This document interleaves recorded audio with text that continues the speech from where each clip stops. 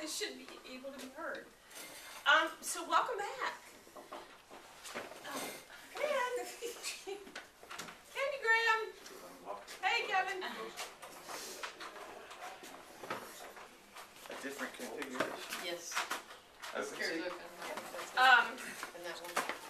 You know the Saturday Night Live. Candy Graham, flowers, lion shark. That's what that little knock reminded me of. Old reference, probably only I remember it. Yeah, only old people would No, get that one. I That was one of my remember it. favorites. Me and Michelle are the only one who would remember it. That's for the old people in the room. So, in 2 words or less, yes, I know I'm giving you a lot of leeway. What thoughts now that you're a week out from last week? Good start? Rough start? Feel good? Feel anything we should do differently? Interesting. It was very interesting. Okay, great. I do have one request. If somebody could kind of fill our stuff in, because Craig, if you notice, I don't know if you got to look at the link that Craig sent, but he's trying to put in all the answers to kind of gather the genius of the group to spread out. So if somebody wouldn't mind kind of scripting down what we say, and we'll just get a copy of that and we'll put that up, that I would be very grateful for that. Okay, thanks, Liz. Appreciate it. So while we will do some form of word share prayer every week, we're probably not going to start every week with word share prayer. Kind of kicked off the series with word share prayer last week, and I know people have to leave early, so we're going to kind of mix it up between doing our word share prayer at the beginning and our word share prayer kind of at the end, and come and go and try to best support everybody in the class. Okay, so that we can get into some meat early, get into some meat later, but we'll always cover some kind of word share prayer. Is that a reasonable way to do it? Okay. Last week we talked just really general about leadership, and we tried to rein in a little bit more about spiritual leadership, which is really the focus of why we're here. And we're going to dive even deeper. What you'll see with this material is we're going to start really broad, and we're like a funnel. We're going to kind of come in and take different elements of leadership, and each week, and so that it's kind of, we built the picture last week, so we have a big picture. Now we've cut it up into puzzle pieces, and we're going to kind of take different pieces of that puzzle, so that at the end, the intent is, our goal is, that you could then rebuild the puzzle yourself, knowing more about your leadership style, about leadership in general, and different aspects of leadership, and kind of build your puzzle. Does that kind of make sense? So what we're going to talk about today, and this is actually a 2-parter, you'll get part 1 today and part 2 next week, is about self-leadership. When we talk about leadership, I mentioned last week that we talked about you lead from whatever chair you sit in. So a big part of that is knowing how to lead yourself. You need to be able to lead yourself if you have any intention of leading anybody else. And that's one of the places, when we talked last week about some differences between the corporate world and the spiritual leadership. In both cases, you need to be comfortable leading yourself before you can lead others. In the corporate world, that's one of the places that the corporate world tends to fall down in corporate training around leadership, is we talk about, we immediately throw people into leading others without taking a pause to say, well, how do you lead yourself first? Because pretty much if you know how you lead yourself, that's going to be a really key indicator as to how you lead others. You know, you got to kind of do that internal reflection and learn about what your preferences are, what your styles are, because whatever you take inward, you generally, unless you know you've worked really hard not to reflect yourself outward, you generally reflect that outward. Someone asked me a long time ago, and we're going to talk about values a little bit later this morning, you know, what's your number one value? My number one value for me personally is authenticity. My goal is, whether you see me at church, on the golf course, in the grocery store, on the golf course when I'm not swinging and getting really angry at the ball, but wherever I happen to be, that you don't say, wow, she's a really different person when she's here, or, you know, she's not the same person I saw, so authenticity is really important to me. It's really important to me that I be me. And so whoever I am inward, I'm going to reflect outward. And I work really hard at it. It's not, you naturally reflect outward, but you got to kind of continue to do that self-reflection so you can actually see what's, you know, what that mirror is out in the world. So we're going to talk about self-leadership today. Take a look at the quote that's at the top and just read it for a second.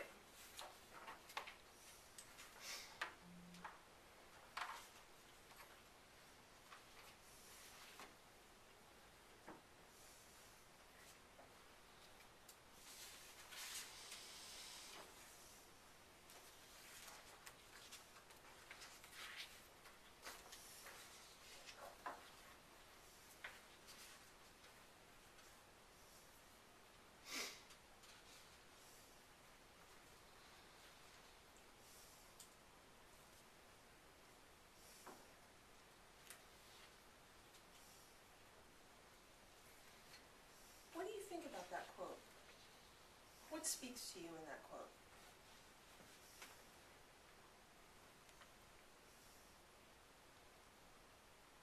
I think a lot of times you try to be the person that others expect you to be. Yeah. So when you're a child, you know, your parents have expectations of you, and then you get a little bit of independence when you go off to college, but frequently you'll find a boyfriend or a girlfriend or a group of friends who all expect you to act a certain way and to be a certain person, and so you try to live up to, you're always trying to please others, you try to live up to what other people expect of you.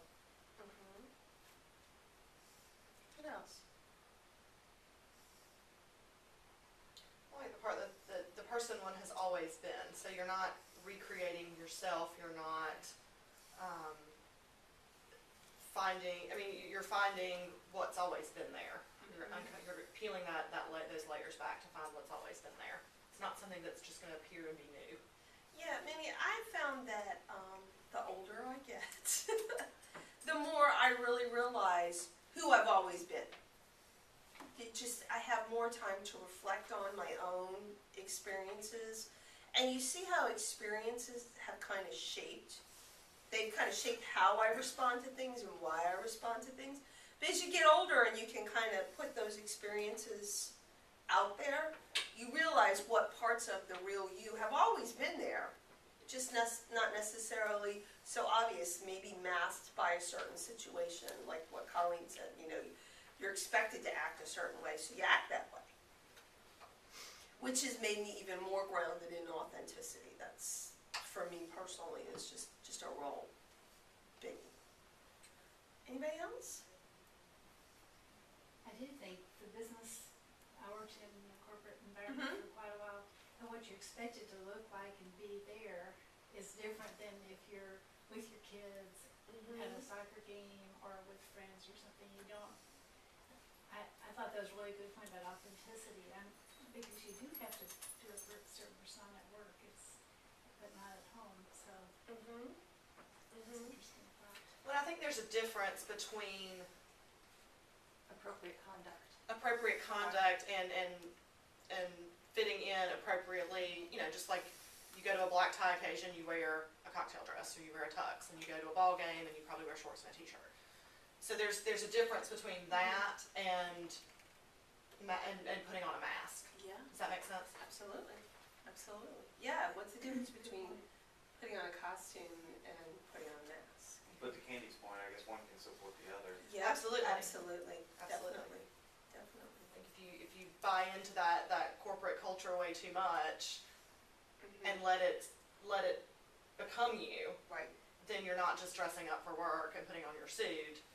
You're letting that dress up your personality as well. Absolutely. Well, so much of corporate culture is also image. Yes. It's total image. Oh, yeah. It's just the transfer. It's a golden idol, and that's one of the things that bugs me nowadays, because I'm at an age where I look at people and I go, that person is nothing but an empty suit. How did they get where they are? Because they're not leading. They're not really they're just spouting buzzwords. It's words, it's business word salad that comes out of their mouth, Oh, yeah. and why do people buy it? So that's, to me, when you talk about how long we mask ourselves, that's the mask, and you say to yourself, well, how long was that person? Yeah, it reminds me of the movie The Mask, where, you know, once the mask is on, it takes over his body and his personality, and, you know. Absolutely. And that's one of the things in organizational change, which is my focus in the corporate world, why organizational culture has become such a huge part of OD work in general, is a lot of companies have actually lost their culture. They don't really know what it is anymore, or they don't know what they want to be. You know, now that they're growing up, or that they've grown up, they're just not sure. So, yeah, really getting to that authentic self. And so what we're going to use is we're going to use an analogy of a sailboat. So when you're out at the lake, or if you were watching America's Cup, which was really exciting this year, what did you see when you saw the boats? What did you see when you looked out on the water? In general, with boats, Yeah, with sailboats. Just think sailboats for a moment. Not America's Cup, but sailboats, just sailboats. Or in just general. sailboats in general. So however you've had the opportunity to observe them. You mostly see sails. You see the sails, mostly, absolutely. What else do you see? If there's more than one person on the boat, you see teamwork. You see some teamwork With clearly defined roles. with clearly defined that- roles. Okay. so the changes are planned, but they don't happen very fast, very subtle. Mhm. So everything that you've described here is what we see above the water line. We see the water line and we see above it. We see sails, we see people, we see part of the boat. What's below the water line? Well, you have I was going to bring that up. You have the keel, and it's similar to the iceberg analogy. Is Yeah. there's a lot below the water line that drives things, because sailboats can't sail without a keel or without a centerboard. And the other thing that you have is in a race, there's a lot of tactics associated with the wind direction, because you have a course, so you're tacking back and forth, going in different directions, even to get to one specific direction to win the race. So there are course changes that are made, even though it at any given moment it doesn't look like it Right. is commensurate with the goal of the overall direction. And if you didn't have that part below the water line, what are your chances of getting anywhere in that boat? If you had a flat piece of wood with a sail on top, Slim to none. slim down, You're not right? steering anywhere. The rudder, the keel is underneath the boat. It's underneath the water line. That's the key to actually steering it. So when you think about your self-leadership, I want you to think about the above the water line, what people see, and then we're going to try to dig a little bit deeper below that water line. What's down there that's really driving you? Okay? That's kind of the distinction we're going to make for today. And so take a look at the bottom of the first page where it starts with the Bible. I want you to just listen as I read this. The Bible doesn't talk directly about leadership that much. There's lots and lots of stories about men and women doing all kinds of leaders, but there's no chapter, there's no book in the Bible that says Leadership 101.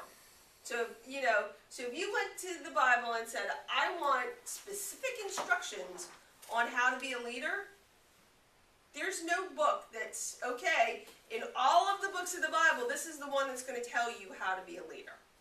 Okay? We have a lot of examples. Last week we talked about Psalm 78, verse 72, David shepherded with integrity of heart. Okay? And that's probably the one that talks the most about the way David led.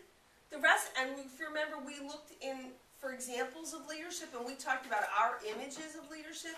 But again, in those verses, it didn't really talk about what you did or how to do it. If you were trying to make a how-to guide, we had to kind of pull that information, if you remember, last week.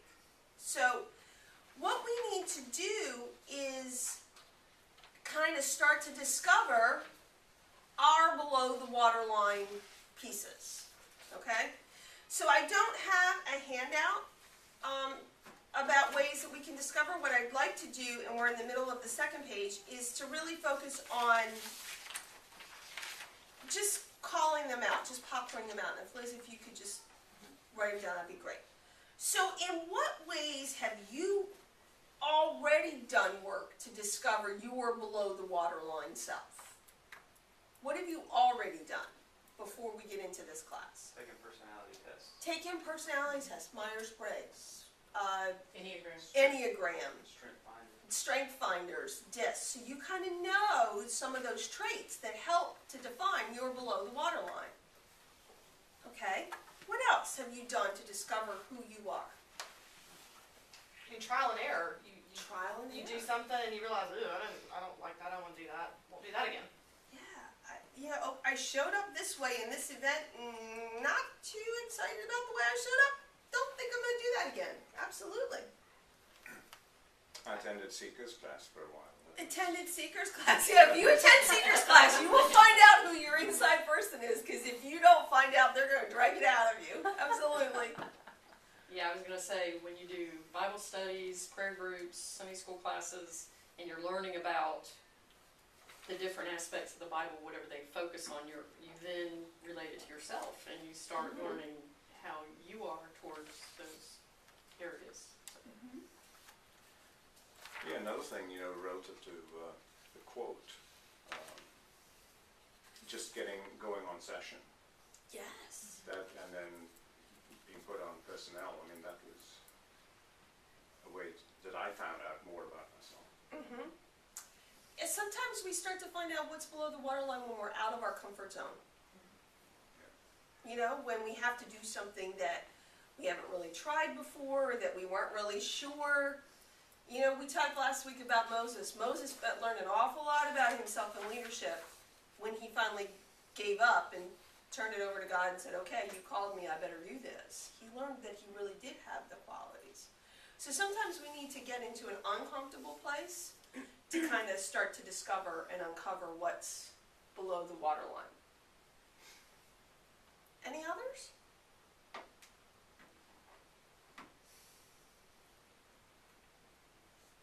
I think kids bring it out in you.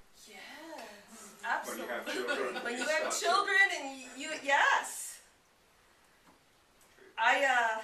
The very first time I said, because I'm the mom, I thought I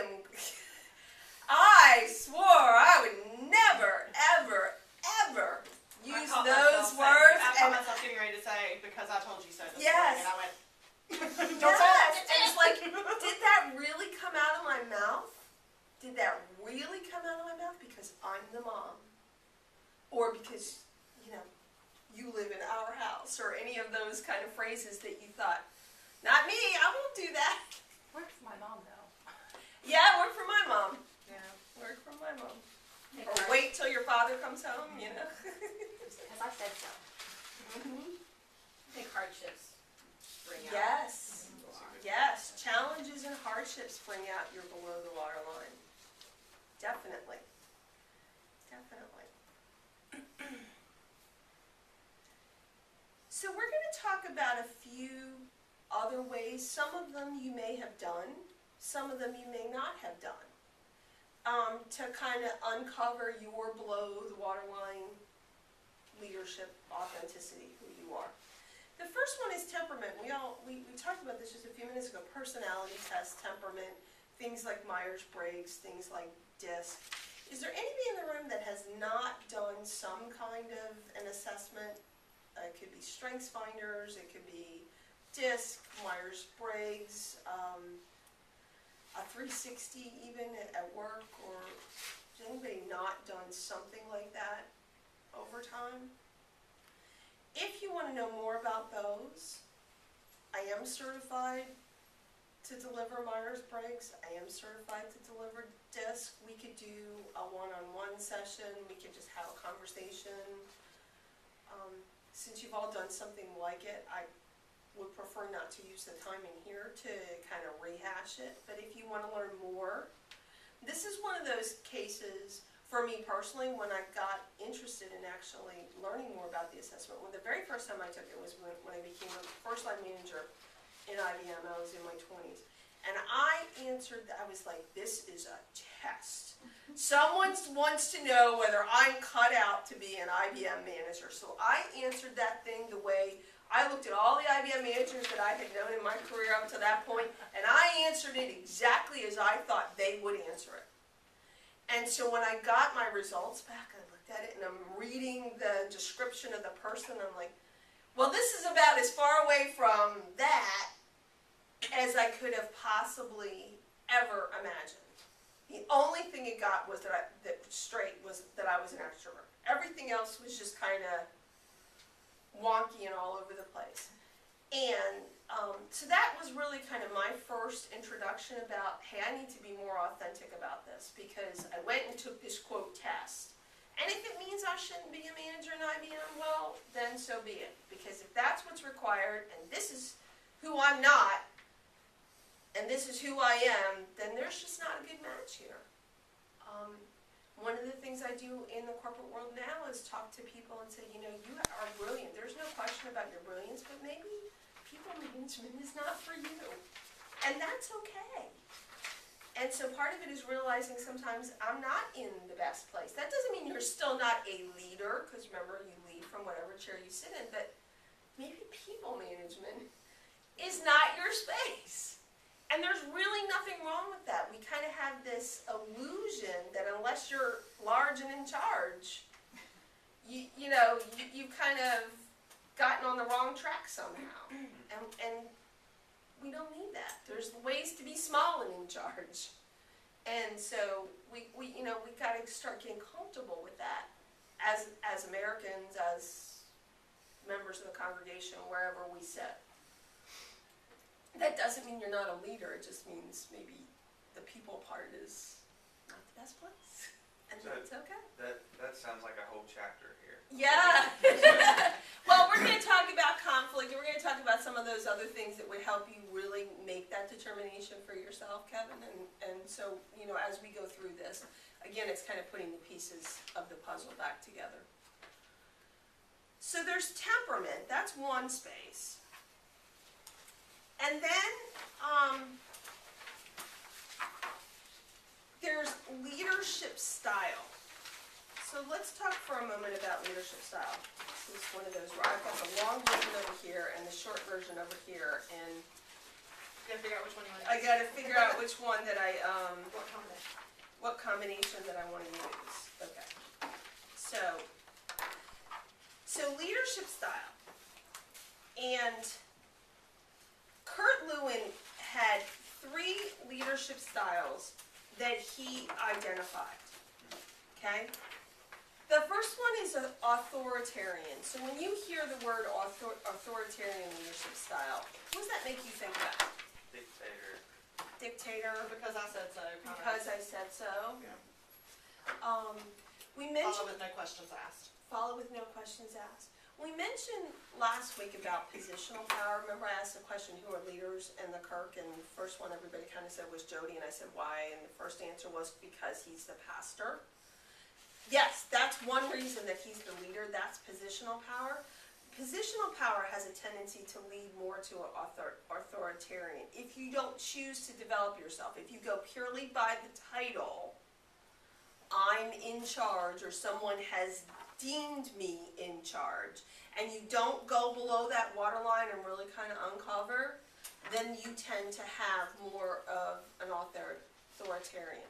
Or I'm the committee and someone has nominated me the chair, and therefore I need to assign tasks, and I need to follow up, and we've kind of, I'm sure in all of our experiences in life, worked with somebody who said, I need to do this, and I need to do this, and you're like, no, actually, dude, you don't. If you want to give some of it to us, we're sitting here waiting, ready to take it on. So if you feel that way, that's because you've put yourself in that space, in that box. Not because we're not willing to jump in and support you in that, okay? So positional power has a tendency to lead, if you lead only from positional power, has a tendency to lead to that authoritarian space. The second one is participative. What does that connotate to you? Teamwork, Mm-hmm. collegial relationship, Mm-hmm. Lead by example. Lead by example. Sometimes that can even be leading as a member of the team.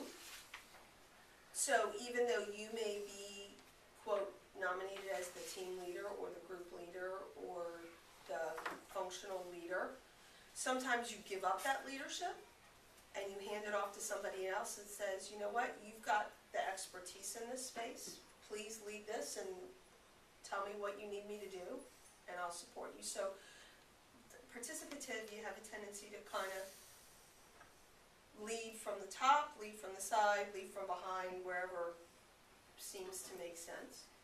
And the third one is delegative. What does delegative leadership sound like? Sounds like you carve up everything and give everybody a piece. Yeah, it is very much wanting to make leaders of everybody on the team, but it's more from a clearly defined roles and responsibilities. So, you know, Kevin, you're our outdoors person, so every task that has anything to do with the outdoors, you win. It's functional. Right. And Mandy, you're our finance person, so anything that happens to do with finance, we're gonna give to you.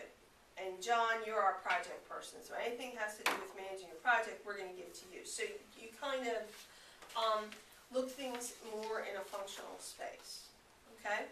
So when do these, I'm sure there's a plus and a minus for each one of these instead of. Absolutely.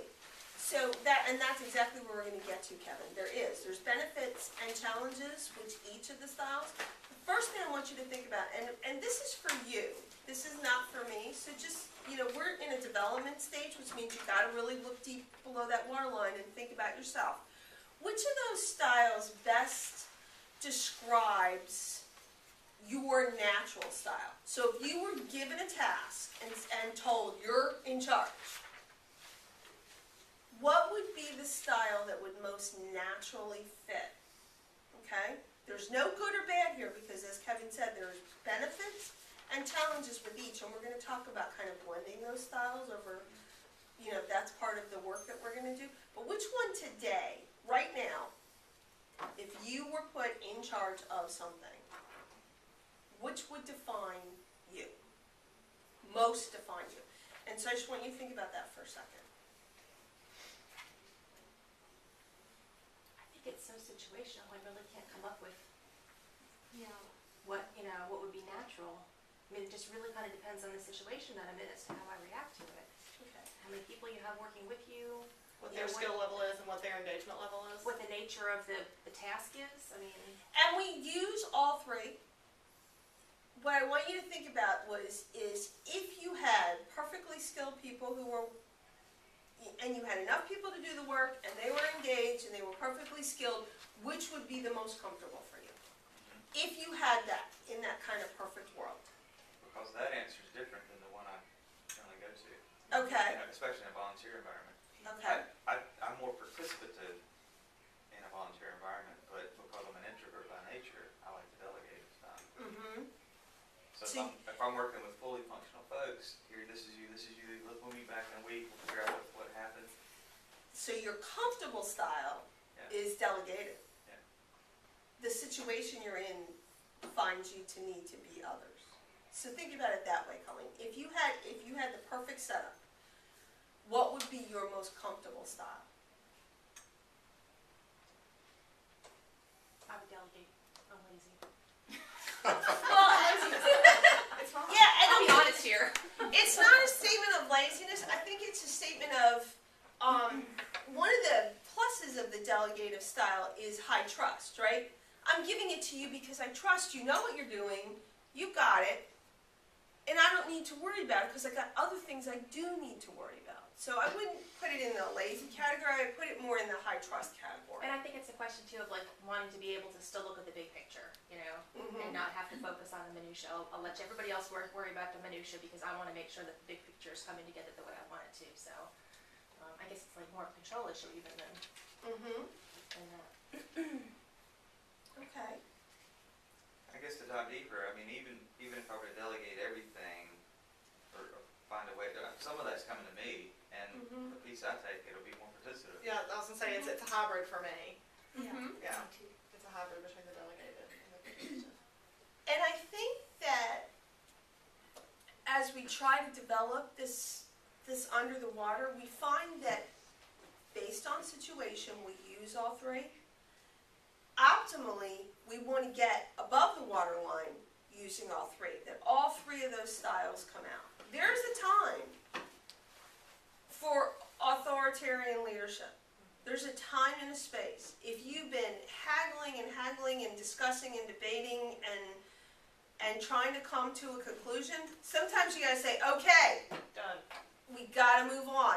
This is the answer. So there is a time when that positional power becomes key to moving the whole group forward to where you really need to go. So when we say authoritarian, and a lot of people respond with the word dictator, so I want to be very sensitive to it, because then dictator has its own set of connotations. There's times when authoritarian leadership just has to play on.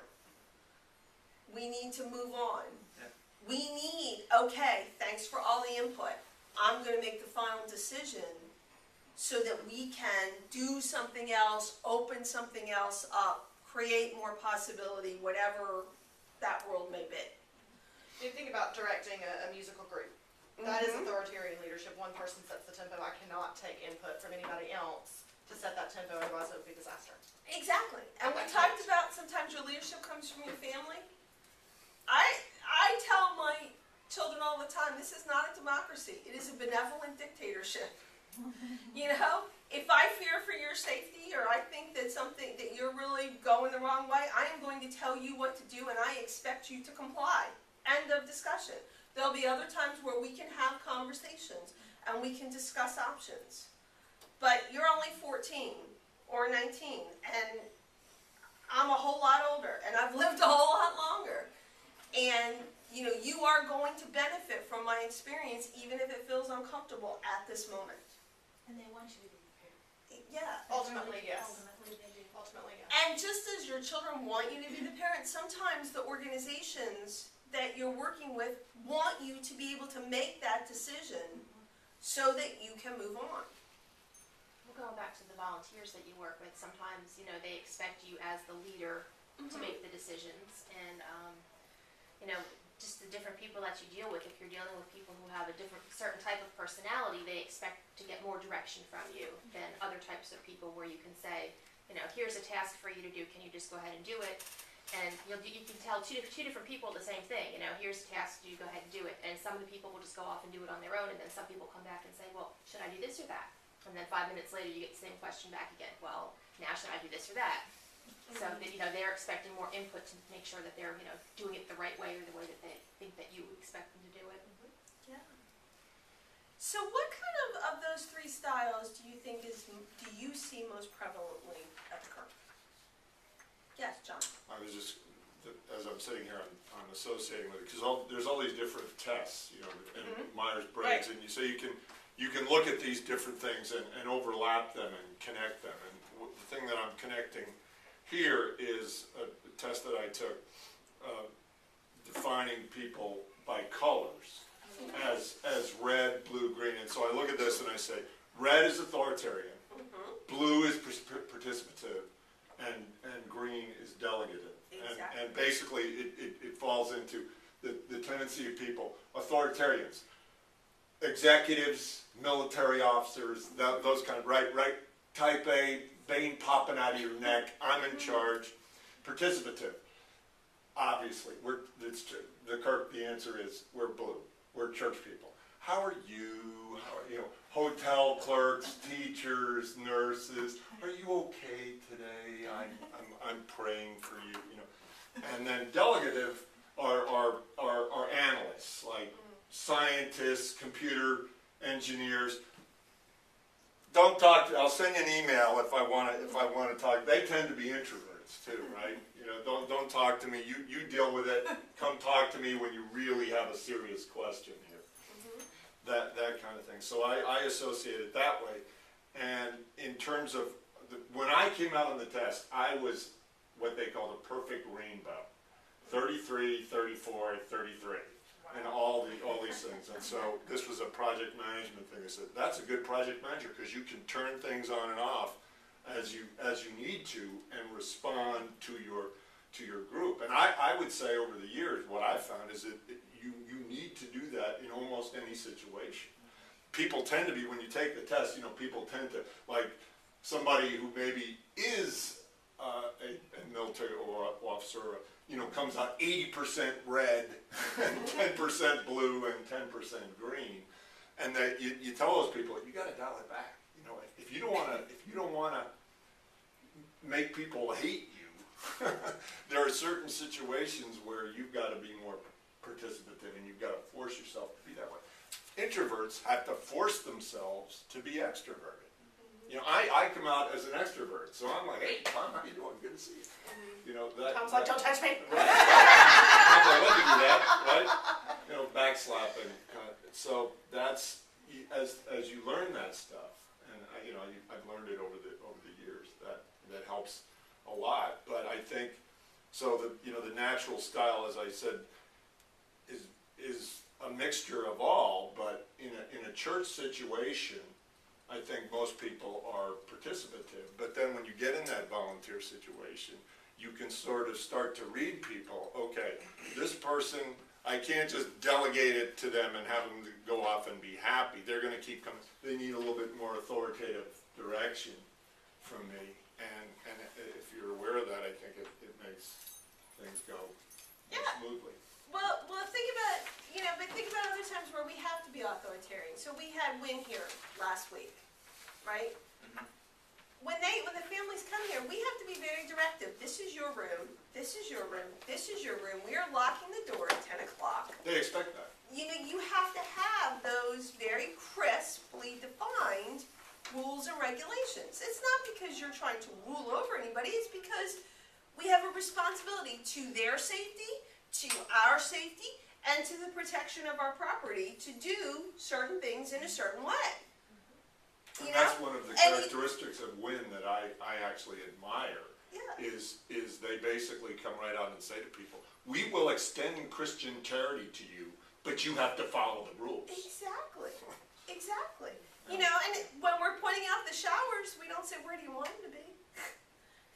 What time, or when we're preparing meals, we don't say, hey, we're short order cooks, we'll bring you anything you want. No, the meals are kind of planned, and we try to be flexible, and we try to be adaptable, and we get a list of here's how many kids. I always immediately go for checking when I'm cooking for how many are 3 and under, because that determines how much mac and cheese I bring to the table. Regardless of what we're serving, there's always mac and cheese, because That's not easy for kids. dollars to donuts, a 3-year-old and below is going to eat mac and cheese if they eat nothing else at the table, and I want to make sure that everybody walks away fed. So, we try to be flexible, but I don't come in with a menu and say, hey, I'm here to cook for you what you want. Okay, so there are times, we like to consider, if I was to just throw out the definitions and didn't bring up these specific examples, we'd like to all jump on the participative, right? Because it's teaming, and it's happy, and it's friendly, and it's collegial. And there's times to do the other ones. If we have 8 people on a team and we have 35 tasks, not all 8 people probably can work on all 35 tasks and get the 35 tasks done in a timely manner. Sometimes it's like, hey, you really have expertise in this, Mandy. You're a banker. You've got financial knowledge. I need to leave that financial stuff to you, because I don't. It's not my space, and I'm good with that. Okay, so sometimes we need to delegate. Sometimes we need to say, here's the rules. Sometimes we need to say, we're moving on. And that's going to what you were saying about that we need to move on. That's Yeah. where somebody in a very blue group, somebody needs to be red and say, okay, we're Yeah. done, the decision has been made, move on, next subject. Yeah. I've been a nonprofit executive, and I think that's one of the number one problems in working with volunteers, is that things get too blue. Too much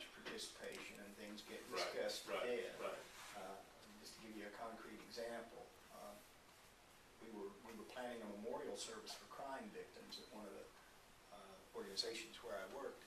And I kid you not, there was 45 minutes of discussion about what color the ribbons that were going to be placed on a table as part of a memorial should be.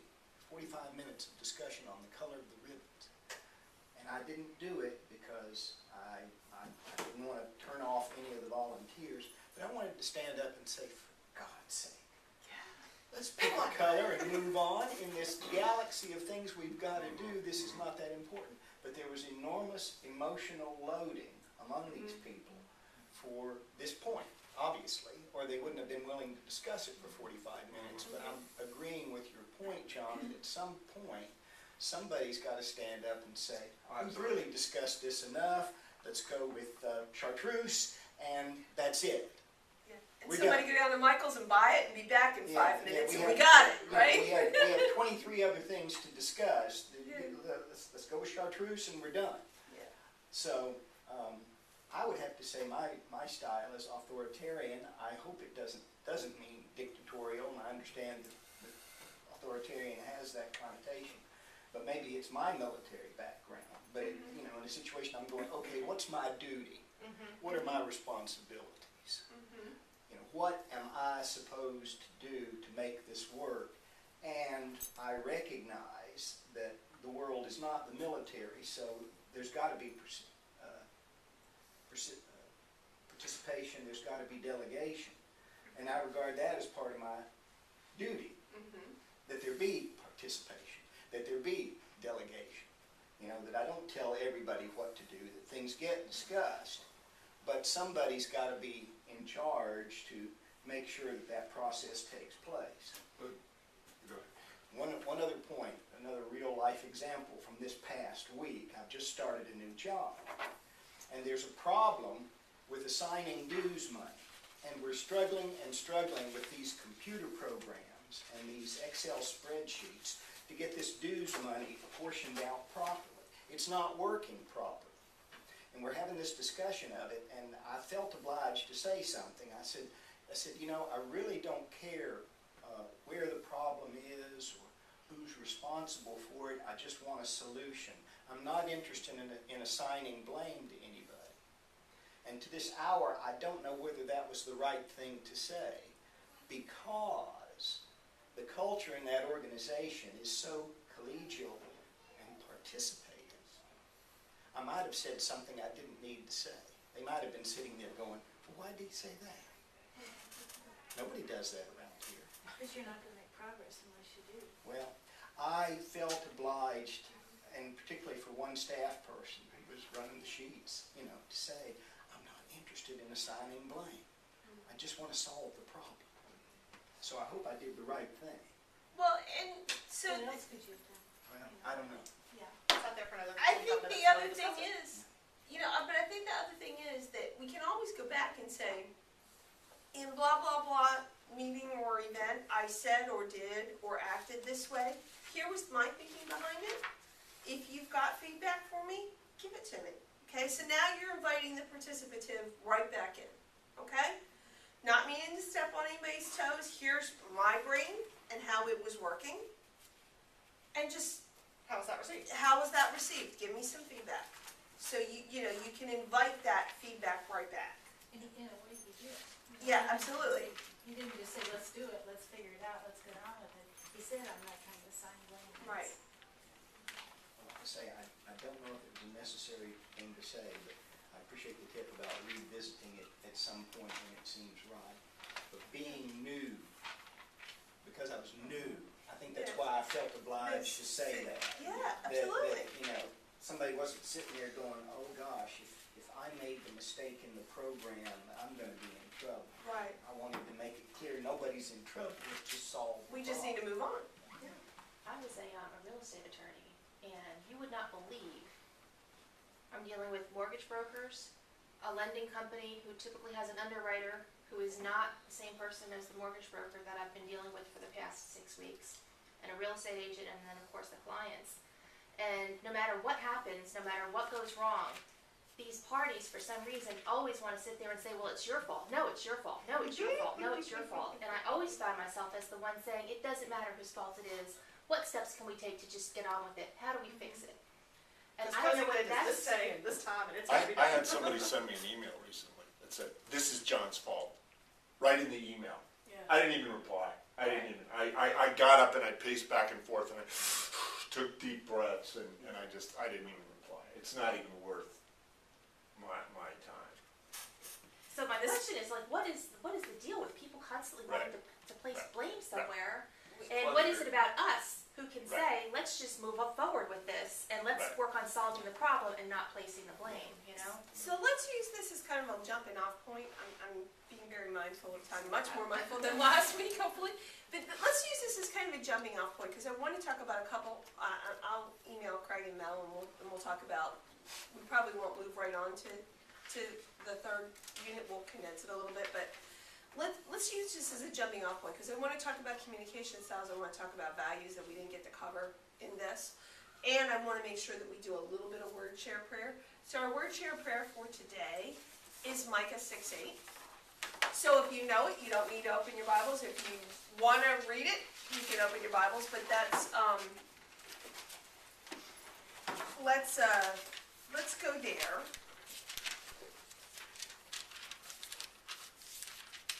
This is one of the great Tom Spence passages in my mind.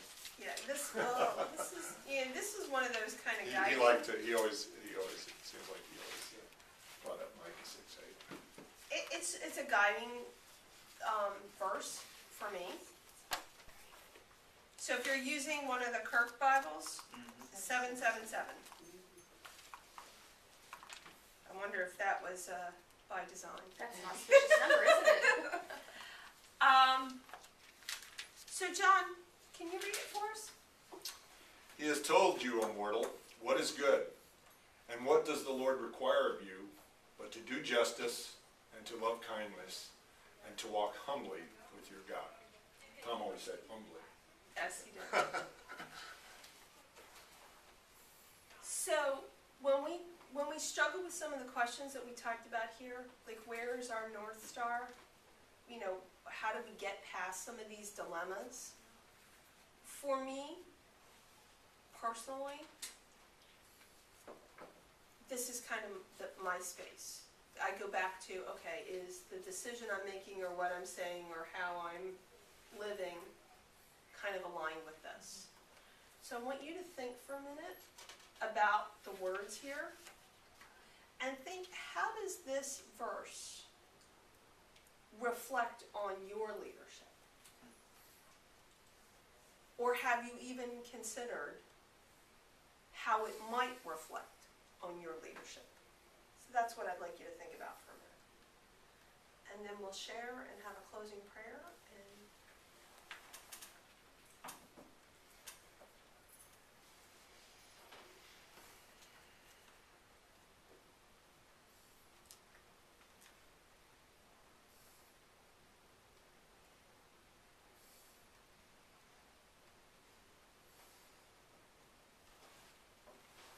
I'm thinking here, and I'm thinking about justice, and what came to mind is equity. And then it occurred to me that justice and equity are not always the same thing. You know, there are some times when within the law some person is right and some person is wrong, and whereas you would sometimes maybe say, well, I need an equitable solution here, it's not really necessarily the same as that being a just solution. So I don't necessarily split the proceeds half and half, I split the proceeds the way that they want to go. And I guess coming from a legal standpoint, I never really thought about, you know, mercy, a merciful solution or a humble solution. I was always just kind of hung up on the legality, you know, the ethics and the, you know, the justice behind it, I guess. I think you need both. One of the examples that I like to use in my Myers-Briggs workshops when I do them is, you know, sometimes when we talk about T versus F, thinking versus feeling, feeling is really more leaning towards mercy. Thinking is leaning towards justice, but you need both. If I was going in for an operation, I'm not sure I would extend mercy to somebody who hadn't been trained and yet is going to hold his a scalpel and cut into me. Okay. I want justice. I want to know that the person that's going to cut me open actually has been through training and has some experience and is, ups my chances for success. On the other hand, you want a nurse with a good bedside manner who's gonna make you feel good about the fact that you're going under the knife in 5 minutes. Exactly. But, so there's times where we need that very much right, wrong, I want to know where you went to med school. I want to know what your training is. While I can appreciate that you want to operate on me, if you're not trained, you ain't doing it. Okay, that's not a mean thing, that's a self-preservation, so we need both. What else? How else might this apply to your leadership? Karen? You look like you had something to share. What came, when you mentioned about the doctor or hospital, my brother-in-law received a liver transplant a number of years ago, and we thought he was gonna be too old to make the cutoff, but luckily the doctor was willing to make an exception, and it also probably came down to blood type and so on. Yeah, there were other Other factors. factors, but we were very grateful. It wasn't like, oh, you're too old, we're gonna, so that. Well, that's the justice and the mercy coming in and figuring out what makes, if it's gonna be hurtful and harmful to make an exception to that rule, then that rule's there for a reason. But if there are other mitigating factors, Right, then maybe that rule is not so hard and fast. right, thank goodness. Let's take one more, and then we'll close. So, and I like what you got here, some practical examples. I had another that I was thinking of that is very practical with the church right now. We're trying to figure out what to do with the building up the hill, the activity building. It's a huge liability in many ways, it's also a huge asset in other ways. I'm trying to apply this passage to a decision that doesn't seem to have a good rational answer. It's lived its life, certainly put more money in it, keep it going, but it has some real issues that are problems to people who use the space. And I don't know how to translate that to help us make that decision. Well, so I think one of the things that you can do is as you come to the decision is just to go back and look at, did we look at these 3 things in the making of the decision? Did we try to look at it from a justice and mercy and walking humbly perspective? And if you can kind of check those off, then you get your heart to feel okay with the decision you made. Is it going to upset some people? Probably. Are some people going to be overjoyed? Probably. Are some people going to be nonchalant? Probably. And, like I said, this to me is kind of like my North Star verse. So if I'm really feeling conflict, internal conflict about, did I really do the right thing? Did I, I participated very actively and probably very vocally, because that's who I am. This is kind of like my North Star test, this verse. So when we think about self-leadership and what's below the waterline, that's why I tend to come back to this one. And that whole authenticity thing that we talked about in the beginning. Because even when you do take all 3 of those into consideration and you look at it from all 3 perspectives, you're right, not everybody's going to be happy about the decision. Right. Because there are focus groups and people that want this thing for this reason, and they're not going to listen to anything else. They're going to, they're not going to be happy unless they get their way. And in any leadership environment, there's going to be some kind of concerns. So what you have to look at is, did I do the